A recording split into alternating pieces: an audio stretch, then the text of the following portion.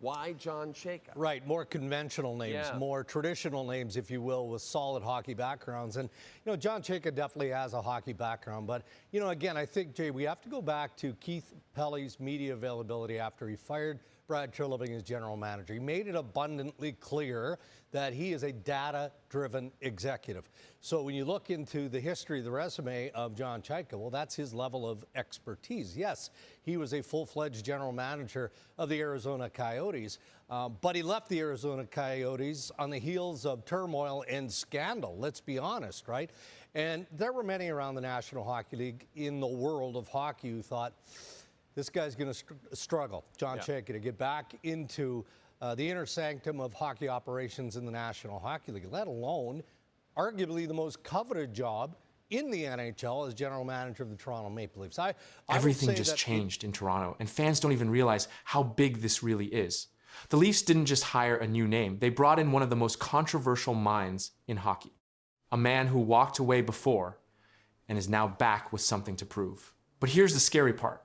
This move could either build a dynasty or completely destroy everything they've built. The Toronto Maple Leafs just made one of the boldest moves in recent NHL history. They brought in John Chayka, a man known for changing how hockey teams think, build, and win. But this is not just a normal hire. This is a signal that the Leafs are ready to change everything. For years, Toronto has been one of the most talented teams in the NHL. They have star players, strong offense, and huge fan support. But there's always been one big problem. They keep falling short when it matters the most. Playoff exits, missed chances, broken hopes. Fans have seen this story again and again. Now, the Leafs are clearly saying enough is enough. John Chayka is not like other hockey executives. When he first became a general manager with the Arizona Coyotes, he was one of the youngest in history. But what made him different was his thinking. He used data, numbers, and smart analysis to make decisions. Some people loved it, others hated it, but no one could ignore it. That's why this move is so shocking. The Leafs are not just hiring experience, they are hiring a new way of thinking. They want smarter decisions, better roster building, and most importantly, they want results in the playoffs. This is a huge risk because Chayka's past is not perfect. His time in Arizona ended suddenly, and many people still question what really happened. Chayka knows he has something to prove. In recent interviews, he made it clear that he has learned from his past mistakes. He talked about growth, leadership, and doing things the right way this time. For him, this is not just another job. This is a second chance to show the hockey world that his ideas actually work. And that can be both exciting and dangerous. In the past, the Leafs have relied heavily on star power, big names, big contracts, and big expectations. But when playoff pressure hits, talent alone has not been enough. This is where Chayka's system could make a huge impact. He focuses on details, small advantages that most teams ignore. Things like matchups, puck control, and player efficiency. It may not sound flashy, but it wins games. If Chayka does things his way, we could see surprising roster changes. Some fan-favorite players might be moved. New types of players could be brought in, not just stars, but role players who fit a system. That kind of change can upset fans at first, but if it leads to wins, everything changes. Still, there is a reason people are nervous. Chayka's time with the Arizona Coyotes did not end smoothly. His sudden exit raised questions across the NHL. Some people wondered if he could handle pressure at the highest level. Others questioned his decisions and leadership style. That history is now following him to Toronto. But this time feels different. The Leafs are a bigger team, bigger spotlight, bigger expectations, and maybe a bigger chance for redemption. Chayka is stepping into a situation where everything is already in place. Star players, strong fan base, and a team that is very close to breaking through. All he has to do is fix what keeps going wrong. If he succeeds, this could be the move that finally pushes Toronto into true championship contention. It could change how teams across the league think about building a roster. And it could turn Chayka into one of the most respected names in hockey. But if he fails, this won't just be another disappointment. It could lead to major changes across the entire organization. Coaches, players, and management could all be affected. The pressure will be intense from day one. Every move he makes will be watched. Every mistake will be questioned. And the fans, they won't stay quiet. So now, everything comes down to one simple question. Did the Toronto Maple Leafs just make the smartest move in years? Or the biggest mistake they will regret for a long time? Dregs, the Leafs have hired a search firm to help find their new head of hockey ops. Kind of an interesting choice. Who'd they hire and what's next? Well, this gentleman's name is Neil Glassberg of the Coaches Agency, and anybody who's familiar with the hiring of general managers and to some degree NHL coaches will know Glassberg's name. Yes, he has been retained by the Toronto Maple Leafs to assist in their process, effectively, Gino, managing the search. Now, undoubtedly, Keith Pelley and the Toronto Maple Leafs brass will have their own list of candidates that they want to interview. But sure, Glassberg and the Coaches Agency are also going to submit some names that they think should be considered for the vacancy of the head of hockey operations for the Toronto Maple Leafs. A quiet move inside the Toronto Maple Leafs just changed everything behind the scenes. No big press conference, no loud announcement.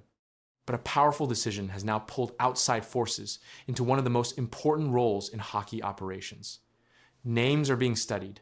Control is being tested. And what's happening next is not as simple as it looks. The Toronto Maple Leafs have taken a direct step in their search for a new head of hockey operations. The organization confirmed that it has hired the Coaches Agency to assist with the process.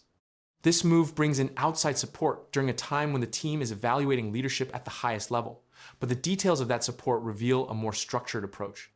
The key figure involved is Neil Glassberg. He's now working with the organization to help manage the search. His role is not to make decisions. Instead, he supports the process by reviewing candidates and helping organize the evaluation steps. This adds another layer to how the Maple Leafs are handling this hiring process, and it changes how candidates are being reviewed internally. According to reports, this role is clearly defined.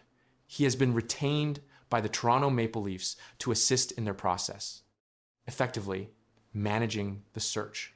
This confirms that the agency is part of the structure, but not the final authority. The organization remains in control of the outcome, and that distinction is central to understanding what is happening. Final authority remains with Keith Pelley and the Maple Leafs leadership group.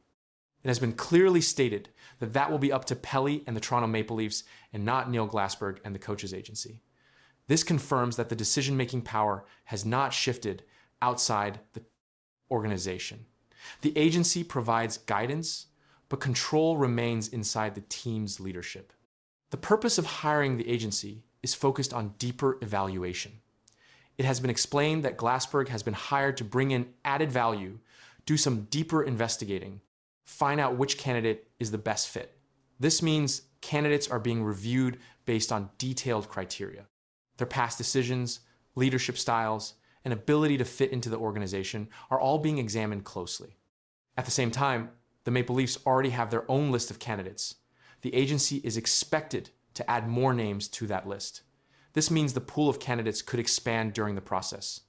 New options may appear as the search continues, and that adds more uncertainty to who could eventually be selected. Inside the organization, existing executives are already familiar with team operations. They understand the structure, the players, and the current system. This makes them easier to evaluate because their work is already visible. At the same time, external candidates bring different experience. Many have worked with other NHL teams and have handled major decisions before. This creates a contrast between continuity and change, and that difference is now part of the selection process. The role being filled carries full control over hockey decisions. This includes roster moves, staff direction, and long-term planning. Because of this, the evaluation process is focused on leadership ability and decision-making history. The agency is helping review these factors in detail. Each candidate is being studied based on past performance and how they handled pressure situations, and that level of review is shaping the final stages of the search. The involvement of the Coaches Agency also introduces new candidate possibilities. The organization already has its own list, but the agency may recommend additional names. These could include individuals who are not currently being discussed publicly. This expands the process beyond what is visible, and it adds uncertainty to the final outcome as new names can enter at any stage. At the same time, meetings between Neil Glassberg and Keith Pelley are expected to define the next steps. These meetings will focus on how interviews are conducted and how candidates are ranked. This stage is important because it moves the process from planning into direct evaluation, and it brings the organization closer to a decision. League rules continue to play a role in how the search moves forward. If a candidate is currently working with another NHL team, the Maple Leafs must request permission before speaking with them. This step is required and cannot be handled by the agency. It must come directly from the organization. This affects the speed of the process and can delay certain interviews, especially if multiple teams are interested in the same candidate. This situation is also part of a wider pattern across the league. Other teams are searching for new leadership as well. This creates overlap in candidate interest. Some executives may be considered by more than one team at the same time. This increases competition and adds pressure to make timely decisions, and that pressure continues to build as the search progresses. The Maple Leafs have not confirmed a final timeline for the hiring decision. However, the structure is now clear. External support is in place. Internal leadership holds authority. Candidate evaluation is active. Meetings are scheduled. The process is moving forward step by step, but the final selection remains open and the outcome is still not decided. Mitch Marner's first hat trick with Vegas came in John Tortorella's second game behind the bench. Some feared how the hiring would impact Marner, but Frankie, do you think Tortorella is going to be a good thing for him? I do believe this can be a good thing for Mitch Marner because you know what John Tortorella likes? He likes good players. He likes skilled players. He likes guys that are versatile. And Mitch Marner does all of that. Everything stopped in the middle of the game. The ice broke, players walked off, and momentum disappeared in seconds. But when play came back, one player did not just return. He took over completely. Goals, assists, total control. And this marked his 4th career hat trick and his 6th career 5-point performance. It was also his first hat trick since joining Vegas, placing immediate attention on his role within the team structure. This reports before the game showed the team ranking near the bottom of the league in shooting percentage after the Olympic break. The issue was not chance creation, but finishing. In this game, that pattern changed. Vegas converted scoring opportunities at a higher rate, especially in the final period, and Marner was directly involved in those sequences. Discussion around coaching decisions had already indicated a change in approach. Analysts described a system built to favor skilled and versatile players. One statement explained, he likes good players, he likes skilled players, he likes guys that are structure. Further commentary focused on deployment. He is going to ride his best players. This indicated that top players would receive increased ice time across different situations. In this game, Marner's presence was constant in offensive sequence. Another statement added context to roster composition. This is a tool at his disposal that he has not had in quite some time in the NHL. This referred to the availability of a player capable of producing at a high level across multiple areas of play. The 5-point output provided measurable evidence of that capability. The game also included an unusual interruption. During the 3rd period, play was stopped due to damage to the ice surface, forcing a delay of more than 20 minutes. This created a separation in game flow. The score was tied at 3-3 before the stoppage, with both teams matching each other across 2 periods. The reaction after the game focused on what this performance revealed about the direction of the Vegas Golden Knights rather than just the result itself. Analysts connected Marner's output to a broader shift in how the team is expected to function going forward. The discussion also moved toward how other teams may view this development. Projections had already suggested a possible playoff matchup involving Vegas and the Edmonton Oilers. Analysts pointed to the risk of facing a team that had not yet reached its full scoring potential. One statement explained, "What you would fear is that everything just clicks." This referred to the combination of improved finishing and stable system execution.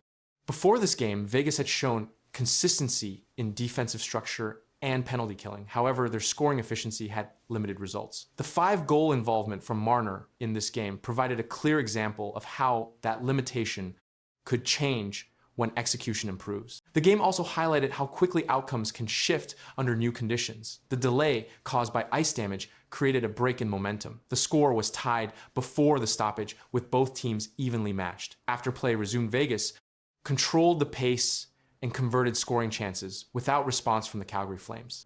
Shea Theodore registered 2 assists, maintaining puck movement during key sequences. Carter Hart returned in goal and made 19 saves, providing stability during the early phases of the game. Standings were also affected by the result. Vegas moved closer to the top position in the Pacific Division. Reports indicated the team remained within a small margin of the division leader, increasing the importance of each remaining game. This placed additional weight on performances that directly influence scoring outcomes. The sequence of events in this game combined multiple elements: a tied score entering the third period, a prolonged delay due to ice conditions, and a rapid scoring shift after play resumed, system changes, while also reflecting a measurable increase in scoring efficiency within a single game. Yeah, we felt going into the deadline we had enough offense. Obviously, that's driven by McDavid and Draisaitl, but we felt other guys can contribute also. And offense generation wasn't an issue for us, whether it's creating chances or scoring goals. And what it was is we wanted to get better defensively, and we have gotten better defensively. A lot of it on emphasis on what we can do with our systems. Something big is happening inside the Edmonton Oilers, and it's not just goals or highlights. Connor McDavid is doing something on the ice that is turning heads across the NHL, and it directly involves Leon Draisaitl. The same play keeps repeating, the same result keeps coming, and teams still cannot stop it. But what this really means is just starting to surface. Connor McDavid and Leon Draisaitl continue to lead the Edmonton Oilers offense during the final stretch of the NHL season. Both players are among the top scorers in the league, and their production has remained steady across recent games. Their combined points account for a large share of the team's total scoring, and this pattern has been consistent in multiple matchups, but the way those points are created has drawn even more attention. Recent games show a repeated offensive structure. McDavid carries the puck with speed through the neutral zone and enters the offensive zone with control. He shifts laterally, pulling defenders toward him.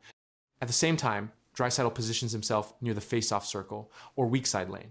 The play often ends with a cross-ice pass from McDavid, followed by a one-timer shot from Draisaitl. This sequence has produced several goals and has been used again and again, but teams have struggled to stop it. On the power play, this connection becomes even more clear. Edmonton's power play unit ranks among the most effective in the league. McDavid controls the puck near the half wall, directing movement and waiting for the right moment. Draisaitl sets up in his usual spot, ready for a quick shot. The puck moves quickly between players, then reaches Draisaitl for a direct attempt on goal. Despite defensive pressure, this setup continues to generate scoring chances, and the results have remained strong. After one of these games, McDavid spoke about the team's approach. He said, "We know what works for us, and we keep going back to it." This statement reflects the Oilers' reliance on their established system. The team does not change its core strategy often. Instead, it repeats what produces results, especially when both McDavid and Draisaitl are involved in the same play. Statistical trends support this approach. When both players record multiple points in a game, the Oilers have a much higher chance of winning. In games where they are limited, the team's scoring drops.